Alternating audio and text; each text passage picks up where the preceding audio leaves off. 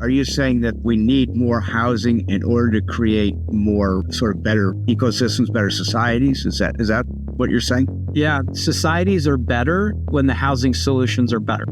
So we think one of the unlocks is rethinking this model to say, look, let's partner in very different ways and actually underwrite outcomes by putting skin in the game. And I think if we do that, maybe we can help catalyze some of the growth. And then maybe the last part, Michael, is I actually think one of the byproducts that maybe the venture folks won't like, but we like it, is I think there'll be some rub off to then spur incumbents to disrupt themselves faster as the disruptors get better themselves. I think venture does a lot of things phenomenally well, but it also has some gaps in its model. And one of the gaps is, how do you change the odds? The model needs to change because, as you know well, these companies, can't afford an old traditional McKinsey arrangement because cash is precious.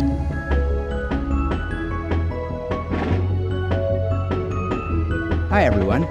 This is the TechSurge Deep Tech Podcast, presented by Celesta Capital.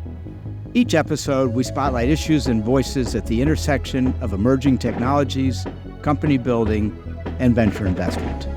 I'm Michael Marks, founding managing partner at Celesta. If you enjoy TechSurge, subscribe and leave us a review on your favorite podcast platform. Visit TechSurgePodcast.com to sign up for our newsletter and find our video episodes on YouTube. Today, I'm particularly pleased to welcome a friend of mine, Bob Sternfels. It's almost embarrassing to read his accolades, but he's the global managing partner of McKinsey & Company. He's been a partner at McKinsey for more than 30 years, has served as the firm's global managing partner and board chairman since 2021. Bob is also an active board director and member across a number of extremely influential organizations, including the African Leadership Group Advisory Board, the U.S.-China Business Council, the New York Jobs Council, and the Council on Foreign Relations, to name just a few. In these roles, Bob has an incredible front row seat to the economic, geopolitical, and technology trends shaping industries and markets. I'm excited to get his take on some of the rapid shifts we're seeing across business and investment today. So, Bob, thanks for taking the time to join us. Well, Michael, it's great to see you. If I only got such nice introductions all the time, that'd be great. And I think I can still say it. Happy New Year. I know we haven't caught up yet, so it's just it's good to catch up, and I'm excited to be here. Well, thank you. I really appreciate that. For the listeners who've heard a number of our podcasts, it's really fun to do this with people that you know and are friendly with. And Bob and I have known each other now for many years. We've had an opportunity to have lots of interesting conversations. We'll cover some of that today, but it's just a hoot to have you.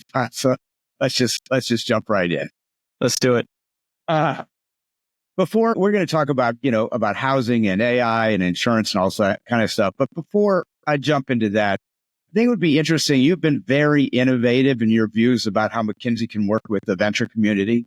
And I thought maybe you would just address how you think about that, how the practice has changed in regards to these earlier stage companies like we represent. Yeah, happy to. And you and I have had many chats on this. And I guess it's, if you back up, what's it all predicated on? A couple of things. A conviction that at least I and the fellow partners at McKinsey have about the transformative potential of the decade that we're looking into. If we look at the rest of this decade and beyond, you could make a real case that the pace of change will be faster than what we've seen, arguably in the last 100 years or so. How that change will come about, by and large, will be through some form of accelerated disruption, both disruption of disruptor scaling, and we'll get to that around venture.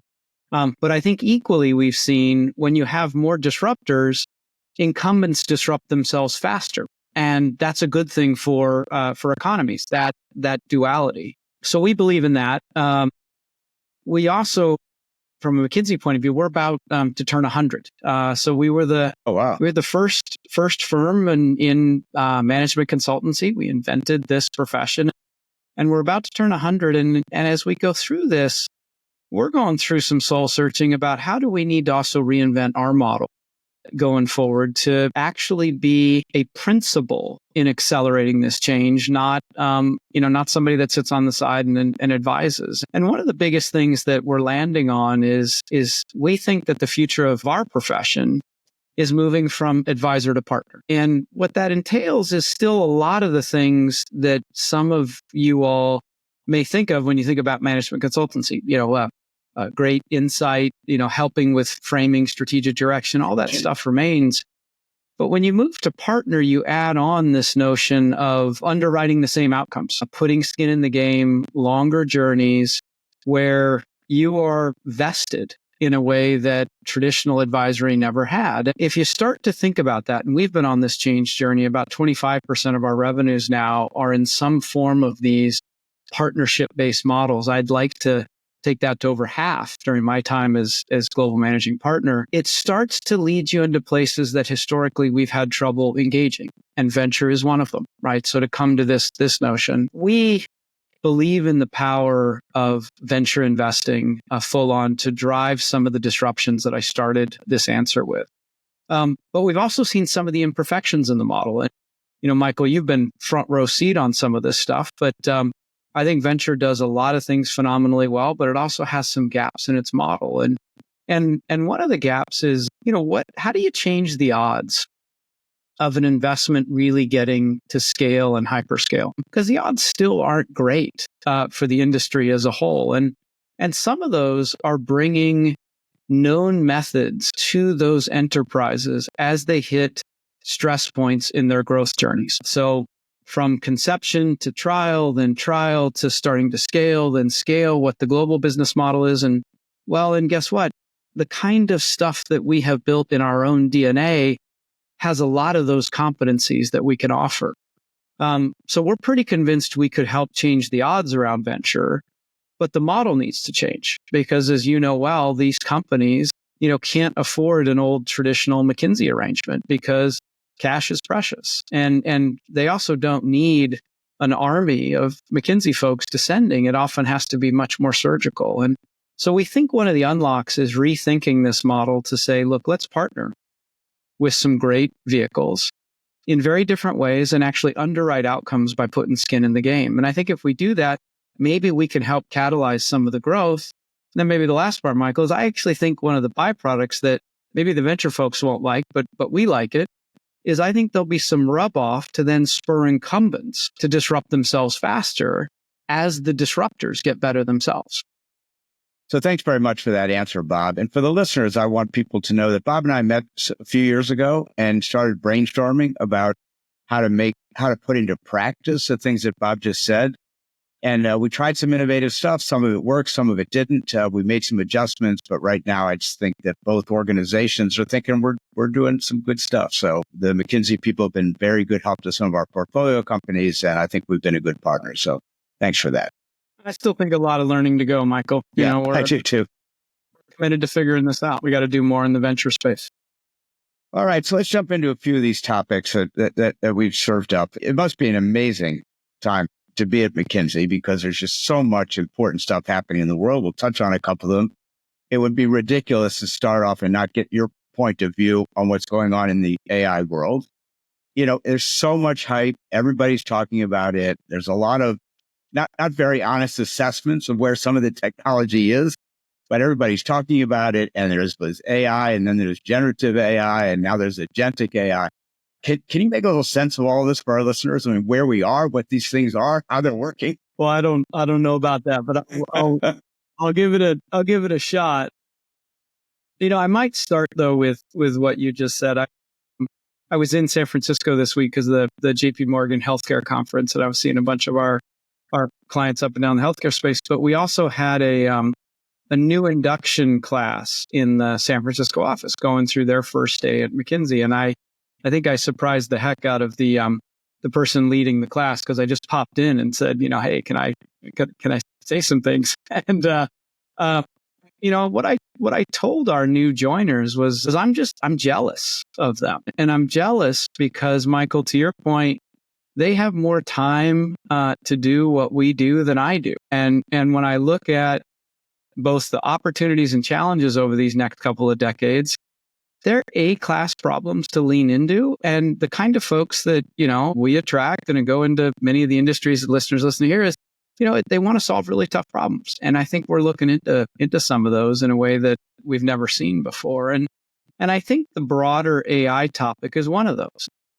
And look, I'm with you on, this is the buzzword of the day. And so when anytime something becomes a buzzword, you get overhyped. But I might say a few things on this. And I come at it much more from an enterprise point of view than an individual consumer point of view, because our world is working with enterprise. We work with companies and we did some work and we still stand behind it that there's a lot of value to be had here. And our estimates from our Global Institute were $3 to $4 trillion US of revenue improvement per year through today's versions of AI and generative AI. And we still think that's a pretty good number. The exciting part was the value was really across all sectors, so from banking to mining and everything in between. And we could talk more about that.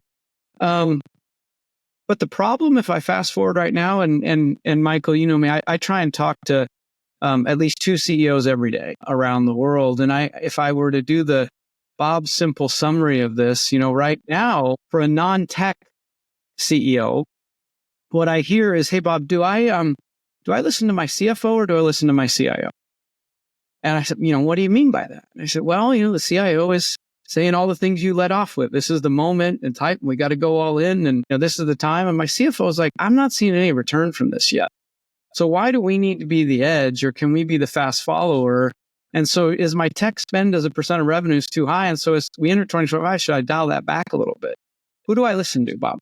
Right? Who do I listen to? And I hear that across geographies and across sectors. And I think part of the reason you're hearing that, when you get to brass tacks of deployment of AI, folks are getting some things wrong. The whole notion of, well, let's try a bunch of pilots all across the organization and see what works, isn't yielding a lot of value right now. I'm not getting a broad adoption from my employees. They're not changing their core workflows when I introduce this technology. That's what the CEOs are telling you. These are what they're saying if they don't, okay. Not realizing value. I did 1,000 flowers bloom. I'm not getting worker adoption. I'm not thinking about how to change my org models to get enough tech talent to help on this. And I really haven't figured out a way to work with my technology partners in a way that's productive. So that's the side of listen to the CFO because I'm not getting returns here. What we have seen on the other side, though, is some folks are figuring this out. And, what they're doing is value is not equal across my enterprise. Where are the 3 or 4 largest domain areas that are going to really double my market cap? Do I know those places? And am I disproportionately putting resources there? Second is, am I mixing, call it tech talent and line talent, into combined teams to go after this, not a tech organization and a business unit organization or a functional organization, but we're going to do combined teams around this. And then a whole aspect of spending time rewiring the workflows and work practices so that there's worker adoption here. And in some ways, how does this help drive wage appreciation and promotion? So, I was working with one client in the telecom space. Say, look, if you adopt Gen AI, you all back to agents, you all get an agent, so you all get a promotion. So you get a pay bump up in this. It creates an incentive for adoption. Now all of a sudden you have an agent reporting to you. It's a virtual agent, but you have an agent reporting to you, and those folks were actually getting to. It's all of a sudden now uptake, scaled through the organization. And so, if I pull back, I think there's this, what we're seeing in the enterprise spaces. Some are in this category a lot. A few are in this category.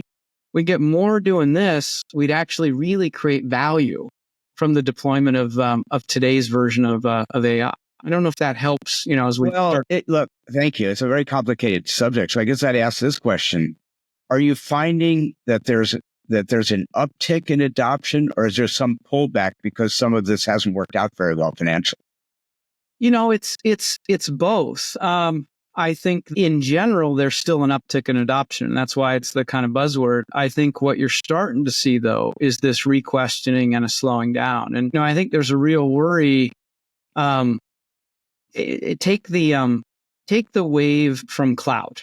right? And, kind of the last wave that we saw around tech adoption, there was a massive move across enterprise to move everything to the cloud. Those growth rates for the cloud is starting to slow down. And one of the reasons it started to slow down is once you moved all these workloads, it didn't drive increased usage in the enterprise because people weren't doing new things with that data that was in the cloud or with those applications that were in the cloud. It just got more efficient, but it didn't actually start to create value on top of the efficiency. And there's a bit of the same worry with this Gen AI stuff. It's great, put in agents and things, but unless you're actually changing how you do the workflows, you're not going to create value. And so it'll get adopted. There might be some efficiency savings, but it won't have that real enterprise unlock. And I think we're right at that moment right now. Well, that's fascinating. On a related subject, it just reminded me of something I wanted to ask you, which is, are you seeing much of a move away from the cloud back to on-prem because there's so much data that people are worried about being available? Well, this becomes another really complicated question as you think about both opportunity and enterprise risk. I think what folks are seeing is that data strategy becomes a board level discussion, and it's central. And there's no easy answer to this, Michael, right? On the one hand, some of it is just compliance driven. For any of the enterprises that operate in Europe, there are a lot of restrictions around data. And so there aren't necessarily as many degrees of freedom or choice about where data resides, et cetera. Some others have actually started to say, look, I need different solutions that I have much more control, and it's not just control in terms of access, because most of the hyperscalers can provide that, but it's actually all the way through from a risk management point of view and a competitive intensity, point of view that is starting to say, what's the mix of on-prem versus cloud? And so we are seeing a much more segmented approach around this.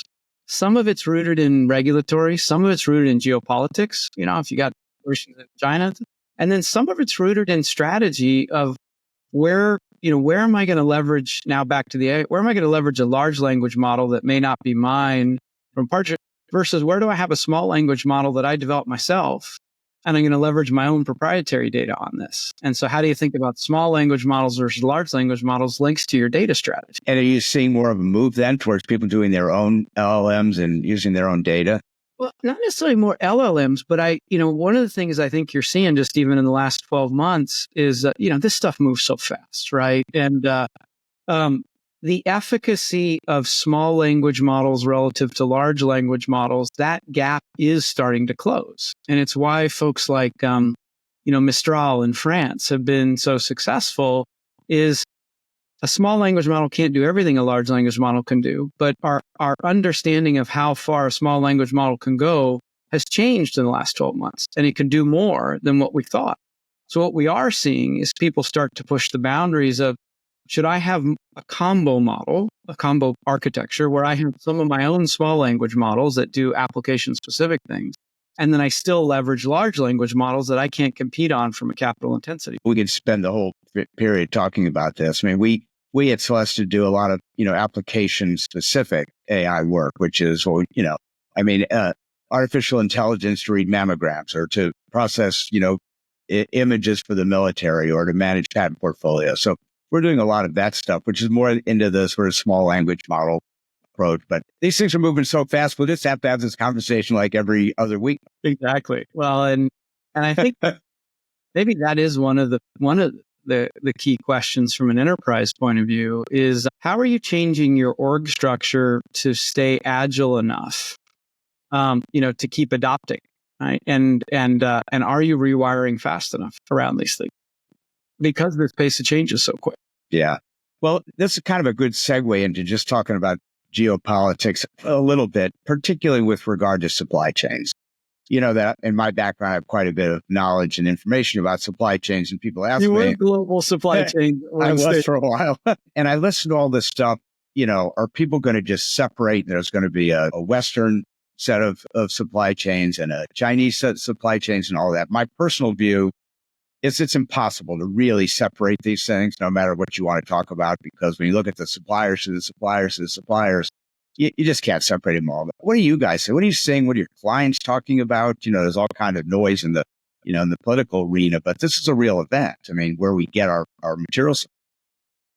This is a real event, to your point, Michael. And, the one thing I would say is, sadly, fact-based and true, underpinned analytics, et cetera, aren't always entering into the equations when decisions and policies are being made. And I think there's real opportunity for more informed fact-based, just as we look at the options. And one of the things we've been cooperating with the World Economic Forum for the last couple of years is a global cooperation index. And we break down in McKinsey fashion, I think it's 41 variables, like how well the world's cooperating. And we've gone back to 2010 and track this every year. And what you saw was the world increased its cooperation from 2010 to 2020, and it's been flatline ever since. Not decreasing, but flatline. That's helpful. With some areas that are decreasing. So you look at cooperation around global security and defense, and those that they're decreased cooperation. Data flows, even though we talked about data, continue to rise. Cross-border data flows continue to go up. Trades and services have continued to go up. And global FDI flows have continued to go up, right? So we're sharing some of this fact base. And as we go through these things, the implications are pretty big. The World Trade Organization came out with an estimate that if you went all the way to the full decoupling, and you just took China and the US, you would reduce global GDP by 7 points. 7. And now most people are like, 7%. Well, when the world only grows at 2 to 3%, that's not just recession. That's probably something worse than recession if you really just took an axe and separated these economies. And still some people don't really kind of understand what that means. Well, maybe put it in different terms. There's 750,000 jobs in America that depend on exports to China. These are soy, right? It's core stuff that's a lot of jobs. And on the other hand, I would make maybe 2 points. One is I am not naive to increasing national security issues. And, this is a real issue, and wherever you sit, you may like it, you may not, but national security matters, and it matters to every sovereign country. And thinking about where national security concerns, surface, and that's when there was the original thinking about this idea of small garden, large walls a little while back, and 7 nanometers or less and semiconductors, et cetera. You start to get your head around, all right, there are places where it's truly in national security interests. The other thing that I think COVID taught us, not geopolitics taught us, Michael, you knew this a long time ago, but our supply chains weren't that resilient to certain kinds of shock. So all of a sudden we have a pandemic and boom, like the whole thing craters. And so there is a case to be made on the other side of this, which is there's an economics to be made for more resilient supply chains, which actually will lead to more diversified supply chains, even leave geopolitics out of this. That's probably a good thing for the world. And by the way, it may drive inclusive growth in a lot of the countries that I remember you used to spend a whole bunch of time in. You go to Vietnam or you go to Mexico or Morocco in Europe. And so this will drive economic growth there, and we'll think about a more diversified model. But I think at the heart of this, you take US, China, we need to figure out some version of saying, look, just totally disconnecting doesn't make sense. Let's figure out the places that are in national security interests, and let's figure out the rest. And with the rest, I think there's a benefit in connecting versus versus not connecting. And the math, kind of bears that out. Right. Well, I hope that's where we wind up. I mean, on a personal level, I had 200,000, plus employees in China. I loved working in China for all those years. I mean, we were the Chinese. We had operations all over the country. And now it's just so politically unfeasible to work in the ways we used to. And I'm just sad about that. That's neither good nor bad. But I guess in some ways it leads to another issue I wanted to raise, which is we're doing a lot of work in India ourselves. There's not the same level of infrastructure in India as there is in China, but there seems to be a lot of will in the government and financial institutions in India to support real investment in some of the manufacturing. Obviously, we've had software in India for a long time, but seems to be more effort around creating manufacturing and more of this resilient supply chain you were talking about. So what are you seeing in that? I think it's a great question. I've been in this role of global managing partner now for a little over 3.5 years, and I've made a point to get to India at least 3 times every year. I even brought the board there. And I've been on record that it's India centric, and I stand by that. And as you know, India turns 100 in 2047. You take anybody's estimates, it's not crazy to see a pathway of certainly north of 7, maybe even north of 8% GDP growth every year between now and then. Right. And then you're like, wow, okay, that's pretty, well, how?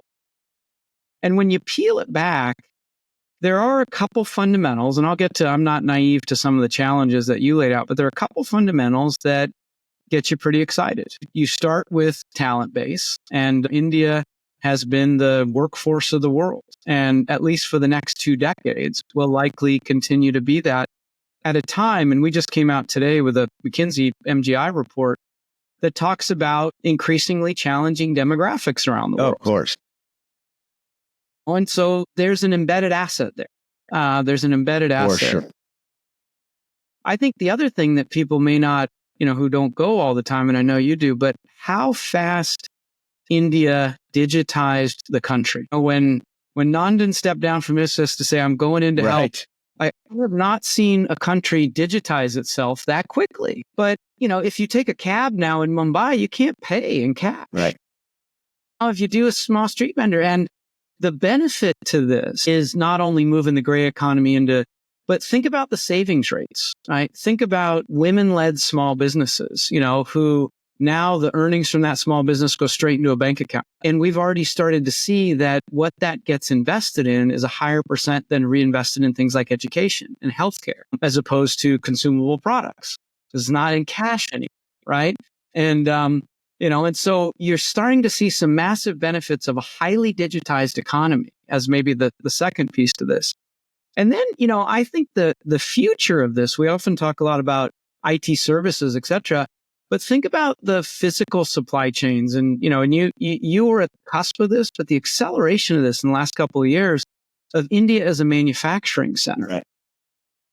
And I'll say that maybe the last point, and I know this may not be popular in all parts of the world, but I think India's stance on saying, look, we want to connect with everybody. And I just came back, I was in the Gulf states last week, and you look at the connection between the GCC and India, Southeast Asia and India. India wants to connect with everybody. And I think that ultimately will be a net benefit for the Indian economy. So all those are on the assets. Now on the liability side, if you will, physical infrastructure still has a long way to go. And although they're moving fast, it's the largest deployment of physical capital infrastructure investments in the world for the next 20 years. And better than anybody, the method for developing infrastructure is still pretty inefficient. Right. And is pretty disrupted. I imagine we'll get to that at some stage. But infra, and then some of the demographic change that has to happen to make this work. To make this happen, you need about 200 million people to move from farm to non-farm jobs.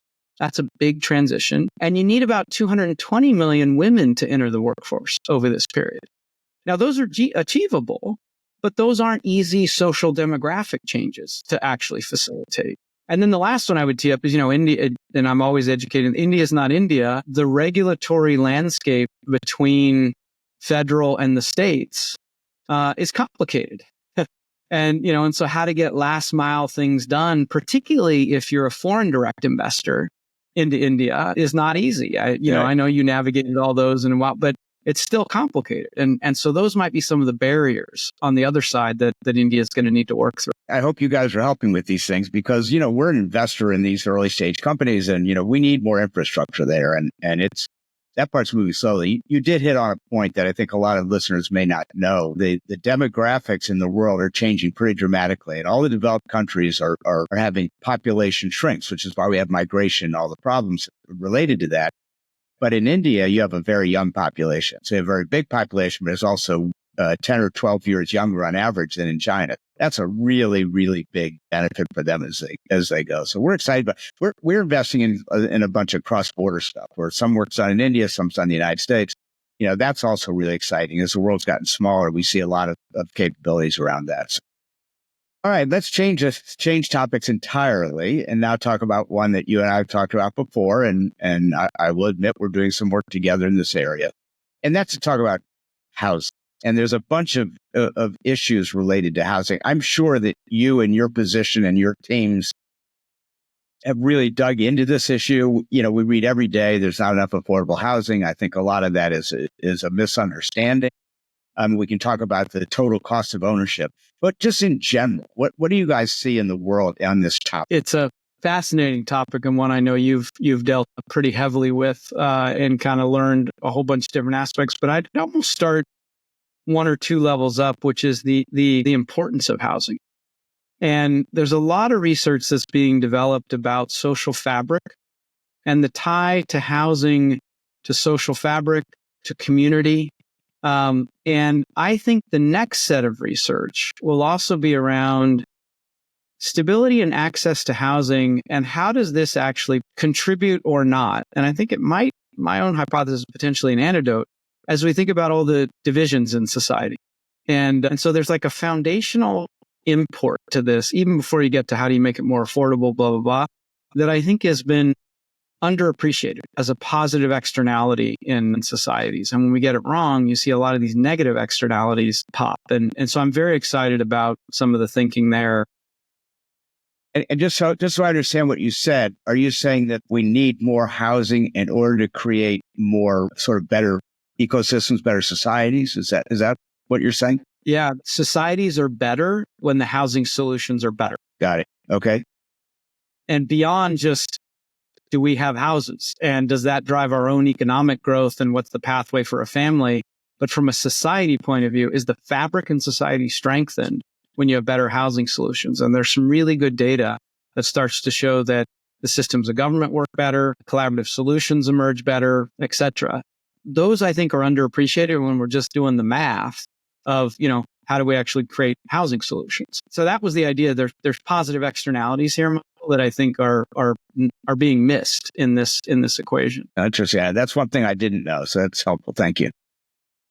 Well, and then you get into it. One of the things I quite frankly am humble enough that I think you've helped me understand. It's very rare that somebody looks at this problem in a holistic enough way. And, we've talked a lot about the TCH here, right? The total cost of housing. Because almost inevitably when somebody's looking at solving this problem, they're looking at a slice of the problem. And the reason I tee this up is, when you take this total cost point of view, because often it's, what's the cost of housing? What's the ability to finance? Those tend to dominate the equation. And what you start to see with some of the other threads that we had highlighted is there's some other lifetime costs that actually start to dwarf those two things. So when you start to think about energy use of a house over time and some of the projections of energy, this becomes material. When you start to think about maintenance costs over the lifetime of a house, this starts to become material. And then, let's make it contemporary. I know there's a lot of buzz on this given the horrific fires in LA, the cost of not just financing it, but insuring it. And can you insure it, right? It just becomes impossible in some places. And so I think one breakthrough as we solve this problem is arraying all of these components and starting to talk about housing, not at the cost of housing, or you mentioned available housing, but it's what's the total cost of housing, and how do we tackle each one of these levers as we go? Well, I've talked about this before. We all read these articles every week. There's not enough housing. The housing's not affordable. And all anybody talks about is the cost to get into a home. And what you just touched on is really the bigger issue over the 30-year period that a family has a mortgage. Is if the AI data centers are going to drive up demand for energy and utility costs are going to go skyrocketing, that's going to have a big impact on the cost of ownership and something that we need to pay a lot of attention to. What I wonder, Michael, is can that thinking yield to some creative solutions? So, you've been at the forefront. There are already some creative solutions that are emerging to parts of these problems. Home construction, et cetera. And that stuff far better than me. But if you start to model out that if I am underwriting you, Michael, who wants to actually get into this home for an extended period of time, not to flip it, but to stay in it for, 10 to 30 years, I need to understand not just the value of the house to how to finance it.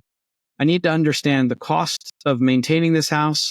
I need to understand the insurance in this house and understand you. Well, then you start to say, are there unique financial products that would actually marry to this? Products that might merge insurance and financing, right? Right. It might actually have a whole bunch of other criteria to this. Well, how was the house built? What are the relationships with the utility providers? How long would you stay? And do the rates change based on how long you stay in this home, et cetera, right? And I think if we could get there, we might start to solve some of the problems that we have, particularly around insurance and finance, which exists today. But those innovations, I think there's a wave of innovations on the financial side of this that might actually come if we start thinking about total cost of housing. Well, this is an obvious segue to the most important issue about this. And one of the things, we have an investment in a home building business called Onyx, and we both spent some time on this. I would like to see a situation where houses come with insurance, because insurance is such a mess now that people are looking at their houses and go, if I buy this house, am I going to be able to get insurance? And the last couple of weeks has obviously put this in the forefront, and it's just a horror show. But when you and I talked about insurance for the first time, a couple of months ago, you said there are difficulties with insurance around the world and all kinds of insurance. Maybe you could touch on that and then come back to what happens to insurance and houses in America. I mean, it's a real problem now. I think it's a problem in America. I think it's a problem around the globe. I think one of the sad things, I was talking to a CEO of one of the largest insurance companies, and he was lamenting. He said, look, if you go back to the roots of insurance, and there's a bit of a debate of is it London or Amsterdam, but it's somewhere in Europe. It was people coming together to pool risk to be able to do something new, right? And so the Dutch version of this is, folks in Dutch villages would come together and they say, look, none of us can afford to fund a ship going to Indonesia. But if we all kind of pool it together, it won't kill any of us if the ship sinks, but we all might make it. And this was the first versions of insurance products. That's right? it. Yep. And everybody kind of comes together, but it enables, right? It didn't kind of say, oh, it's a burden, I got to do this to own home, but it was an enabler. And then he fast forward, he said, well, look at us today. It's that often we're a cost of doing business, or a product that then you're afraid to use it because then once you use it, you may not be able to get it again, or the rates change radically. And the only way we've been able to make money is to uninsure the least profitable parts of our business. So we've been going through and paring back a whole bunch of things, paring back homeowners in risky areas, certain demographics. And he's like, look, unless we find a way to come back to our roots and make insurance about two things, insurance about enabling people to do stuff. So can you now go buy a home because you have this product? Does it actually allow you? And can we make insurance inclusive, not exclusive, because it's increasingly becoming unaffordable to most Americans? Yeah. Then we're dead as an industry. And I think that in some ways, Michael, is the challenge. What I like to link it to this housing thing is I don't think insurance is going to figure that out themselves. If you could create new bundles, for example, the travesty with a lot of the homes in LA is, they were tinder boxes. Right. Exactly. And, and some of that is through that housing policy, right? But if you kind of said, look, these are different materials, this thing won't burn. But by the way, it's not that it won't burn, but you also have to look at the risk of this person not being able to afford the house, et cetera, that it's got lower maintenance costs, et cetera. Well, then you start leaning forward as an insurer, and then you could start saying, well, this house comes pre-bundled with an insurance offer. And then all of a sudden, then from the seller's point of view, well, that's a source of differentiation, because a buyer, one of their worries is, okay, maybe I get into this house, but then I can't get insurance for it. And then I'm super exposed because I just put most of my family assets into buying this house. Those are some of the unlocks, Michael, I think we could get into. And I hope we're able to work on this stuff together, because this is a serious issue. I mean, friends of ours, friends of yours lost houses in LA. Some of them didn't have insurance. They don't know if they can get insurance again. And the homes were built the wrong way. And So this is a big problem. Thanks for your thoughts on that. Okay, I have a last question for you. This has been a kind of a cool, wide-ranging interview. Oh, we're all over the topic. So here's my last one for you. You recently wrote about the idea of 21st century leadership, quote unquote, and that the role of executives has fundamentally shifted today. You noted that CEOs and executives used to typically focus on 4 or 5 priorities at a time. And in today's world, it's more than double that. So I'd like to hear from you. What are your findings about this? Something fundamentally changed about what it takes to be an effective leader? Should training be different? What are the attributes of an effective leader today? I mean, just go on a rip here. Yeah, you're a student of this too. I think on the one hand, you look at it and leadership's always been hard and figuring out a way to lead. And I remember there was a great quote from General MacArthur, on brave leaders. And he said, look, it's the age old problem. You have the roar of the crowd on one side and the voice of your conscience on the other. Who do you listen to on these things? And it's hard to listen to your conscience when the crowd's roaring one way. And so in some ways it's evergreen.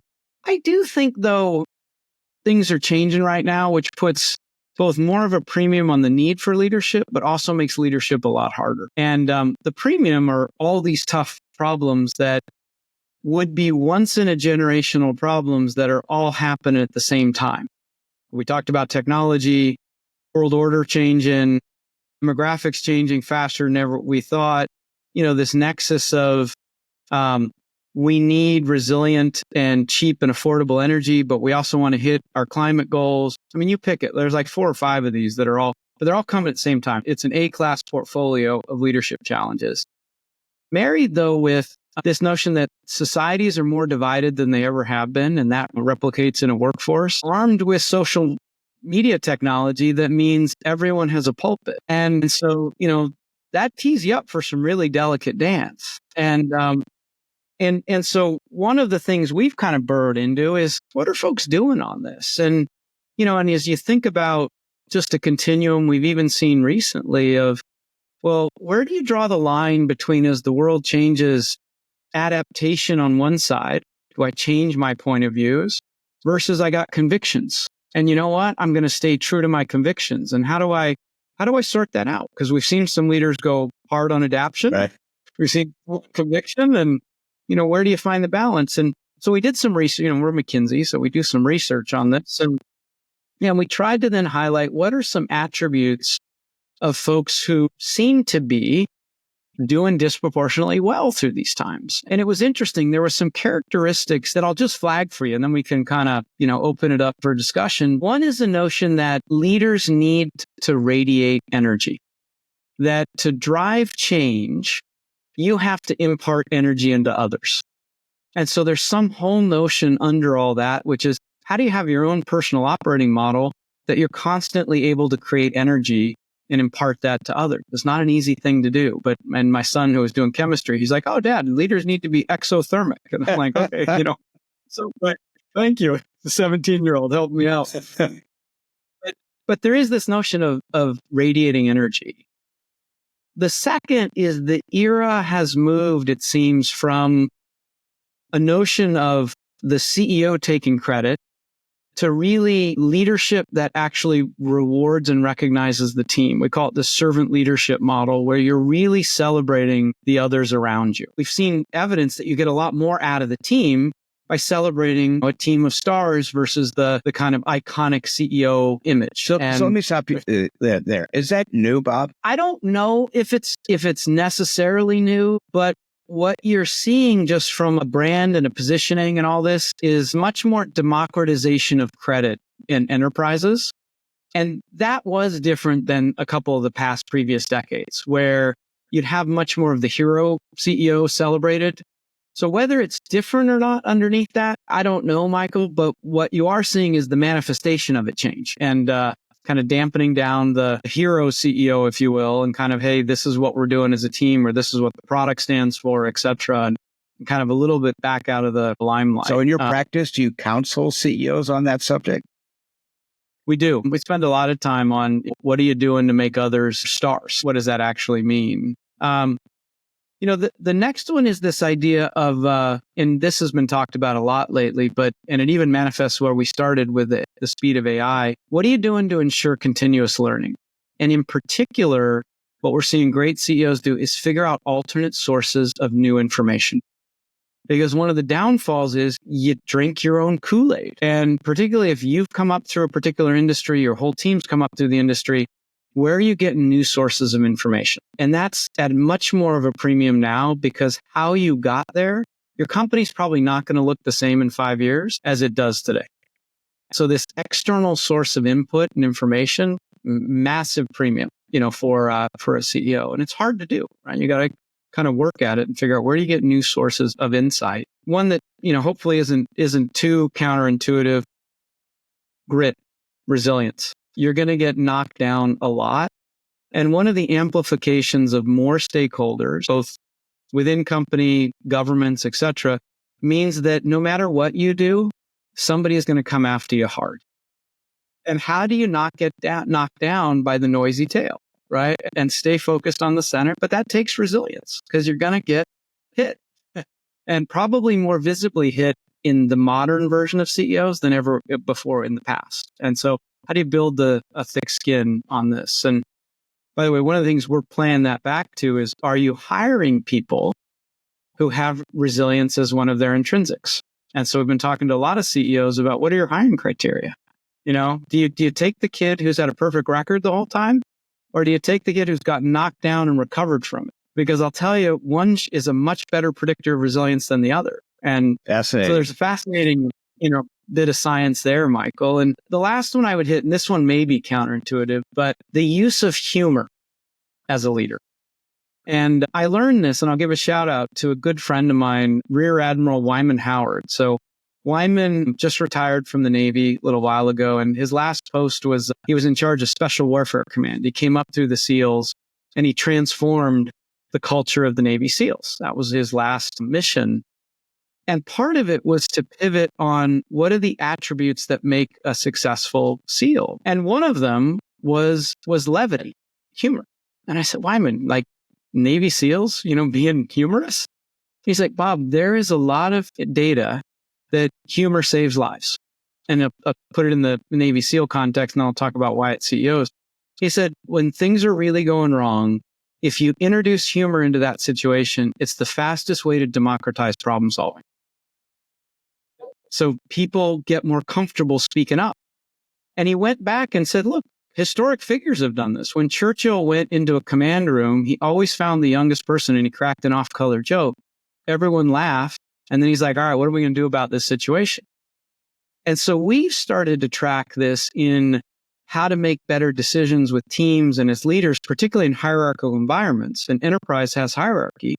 CEOs that do this, and often if it's self-deprecating, create relaxation, which then drives better creativity. So I found that really counterintuitive, Michael. That's fascinating. Thought you might enjoy that. No, I did. I used to people always ask me what I think the characteristics are of a good leader. And I've always said curiosity. Because if you're not curious, it's what you talk about, reinventing yourself. If you're not curious, you're not looking at how the world's changing and all of that. But I have to admit, you gave me some new ones to think about right there. But giving me to think about, I thought the research was pretty creative. Oh, that's fantastic. I love levity. That's a good way to come back to the venture industry. One of the things you said is that one of the reasons Silicon Valley has been so successful, as you know, is there's been so many failures. And here, when people fail, it's a badge of honor. We interview people and you go, well, have you been anywhere where you failed? I grew up in the Midwest, and in the Midwest, if you failed once, you were out of business. And over here, if you don't fail a couple of times, nobody's interested in you. And that's one of the reasons we have such a robust environment of disruption here. Yeah, I think it's one of the defining attributes. And wrapping this up, I'm just going to say out loud, you said at the beginning for the listeners, I asked Bob if there were any questions off limits. And he says, when you're testifying in front of both houses of Congress, go take your best shot. This has been a lot more fun than that, Michael. I'm sure. This has been completely fascinating. I think everybody will agree. We're very fortunate to have had you, Bob. You have so much experience, and your organization is so highly regarded in so many areas. And so taking the time to do this is just wonderful. So thanks for Well, I appreciate it. And it's good to catch up with you. And, as I look forward in 2025, I know we just went through a lot of things, but I think it's a lean forward time. This is time to let's lean forward and go after this. I certainly do. I tell people technology used to be a small little area, and now it's everywhere. It's in every discipline. It's in every geography. It's just wonderful. Listen, thanks for tuning into the TechSurge podcast from Celestica Capital. If you enjoyed this episode, feel free to share it, subscribe, or leave us a review on your favorite podcast platform. We'll be back every 2 weeks with more insights and discussions of all things deep tech. And I hope we have lots of more wonderful conversations like we did today. Thanks again.